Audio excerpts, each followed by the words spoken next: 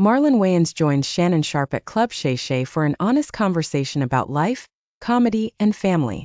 Marlon, the youngest of the Wayans siblings, reflects on growing up as the butt of his family's jokes. He shares how his childhood was shaped by his mom's hands-on approach and his father's strict religious beliefs as a Jehovah's Witness. He talks about how his mom foresaw New York real estate's value skyrocketing and recounts wearing hand-me-downs from his brothers, a habit he's kept up even today. Marlon dives deep into his upbringing, recalling how different his family was from others in the neighborhood because they had both a mother and a father. He recounts having legendary entertainers like Eddie Murphy and Robert Townsend visit his home, and how he was writing sketches from a young age. Marlon also discusses the tension with his father over attending a performance arts high school and eventually leaving Howard University because of his experience with professors treating him differently due to In Living Color. He opens up about his career in comedy, from his early auditions for his brother's movie Emo Money to the creation of the Wayans Brothers TV show with his brother Sean. Marlon reflects on his family being labeled with nepotism despite their immense talent. He discusses the challenges they faced with networks, including their decision to leave In Living Color when NBC attempted to blackball his brother, Keenen Ivory Wayans. He gives credit to Keenan's talent-spotting abilities, noting how Keenen discovered major stars like Tommy Davidson, Jim Carrey, and Jennifer Lopez.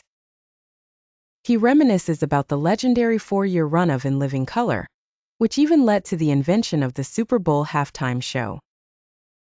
Marlon shares stories about his experiences in Hollywood, like working with Eddie Murphy on Norbit, his close friendship with Tupac Shakur during the filming of Above the Rim, and how the tragic deaths of Tupac and Biggie impacted him. He discusses the origins of the Wayans brothers show and remembers some of their best guests, including Bernie Mac, whom they helped elevate to stardom. He gets into the complexities of Hollywood, discussing his family's challenges with the Weinstein brothers, and how they were cheated out of a fair deal for the Scary Movie franchise. He reflects on the impact of being a visionary Black entertainer, and the importance of coming together to create rather than tear each other down. Marlon talks about some of the iconic moments in his career, such as the making of White Chicks, which he describes as the hardest movie he's ever done.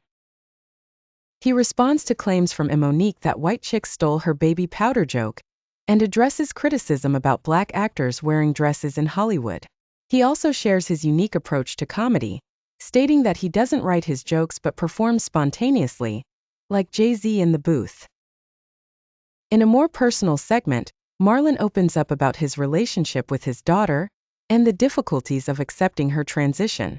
He discusses his desire to have another child in his 50s, his reluctance to get married, and how he plans to be a different father this time around.